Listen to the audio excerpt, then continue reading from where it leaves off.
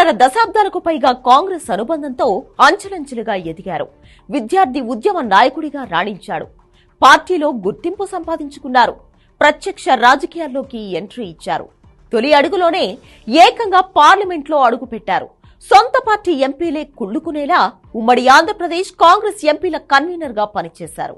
ఆయనెవరో కాదు, ప్రస్తుత రవాణా బీసీ సంక్షేమ శాఖ మంత్రి పొన్నం ప్రభాకర్.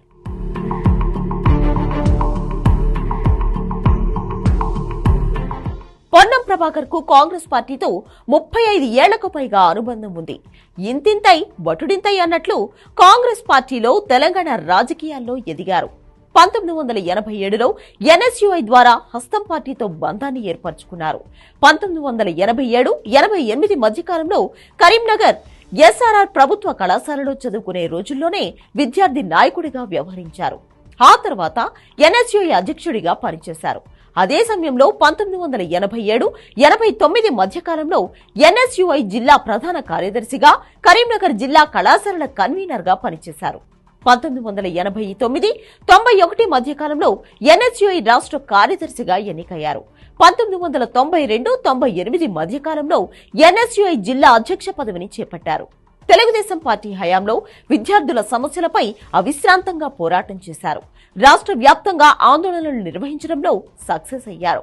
పొన్నం పనితనాన్ని గుర్తించిన రాష్ట్ర కాంగ్రెస్ పార్టీ 1999-2002 మధ్యకాలంలో ఎన్ఎస్యుఐ రాష్ట్ర అధ్యక్షుడిని చేసింది. అక్కడి నుంచి పొన్నం ప్రభాకర్ వెనుదిరిగి చూసుకోలేదు.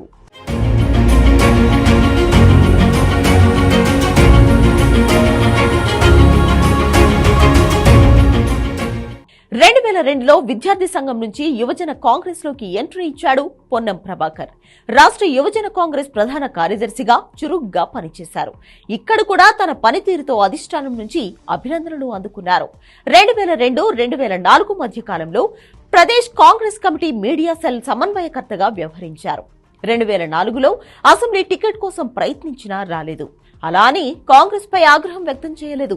పొన్నం ప్రభాకర్ పోరాటాలను, అంకిత భావాన్ని గుర్తించిన ఉమ్మడి ఆంధ్రప్రదేశ్ ముఖ్యమంత్రి రాజశేఖర్ రెడ్డి 2005లో ఏపీ మార్క్ఫెడ్ చైర్మన్ గా నియమించారు. కాంగ్రెస్ పార్టీలో కష్టపడితే ఫలితం ఉంటుందనడానికి పొన్నం ప్రభాకర్ జీవితమే నిదర్శనం. 2009లో లోక్సభకు పోటీ చేసే వరకు డీసీఎంఎస్ అధ్యక్షుడిగా పనిచేశారు. 5 ఏళ్లు గడిచిన తర్వాత అసెంబ్లీ కాదు, ఏకంగా పార్లమెంటు సీటు వెతుక్కుంటూ వచ్చింది.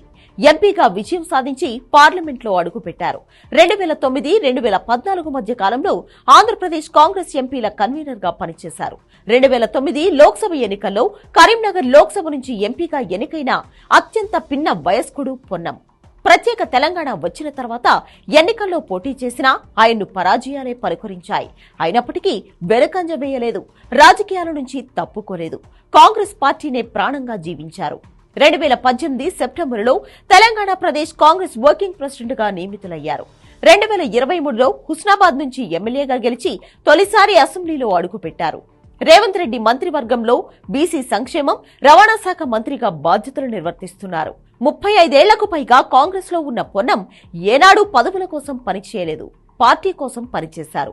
కష్టే ఫలి అన్నది పొన్నం ప్రభాకర్ సిద్ధాంతం.